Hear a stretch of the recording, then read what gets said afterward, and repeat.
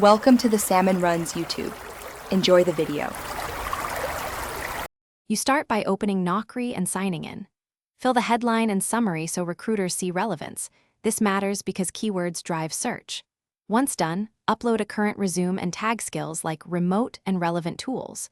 Make sure job preferences list work from home and remote location. That immediately filters many listings. Also set experience, notice period, and salary range so results match. You're ready to run your first targeted search now. You type precise keywords, work from home, remote, WFH plus the role like content writer or developer. Then apply filters, experience, salary, posted date, and company type to narrow results.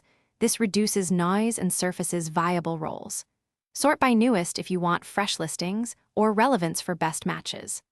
Once configured, enable email alerts and mobile notifications so you don't miss opportunities. Make sure to save searches for repeated use. You now tailor your resume and write a brief cover note that highlights remote work skills and tools.